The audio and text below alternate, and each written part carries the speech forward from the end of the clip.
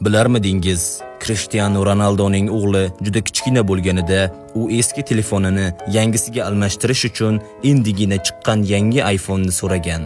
Lekin Ronaldo unga shunday degan: "Yo'q, agar menga bog'lanmoqchi bo'lsang, eski telefoningdan ham bemalol qo'ng'iroq qila olasan.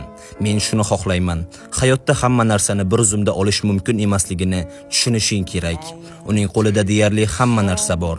Men unga o'zimnikidan ko'ra yaxshi bolalik yaratishga harakat qilaman, lekin men xohlamayman u hech qanday kuch sarflamasin, chunki unda hayotga bo'lgan motivatsiya yo'qoladi. Och odamga baliq bersang bir kun to'yadi, unga qarmoq berib baliq tutishni o'rgatsang, butun umrga to'yadi. Bu tarbiyaga ham tegishli.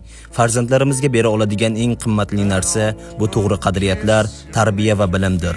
Narsalar eskiradi, ammo bilim doim qoladi.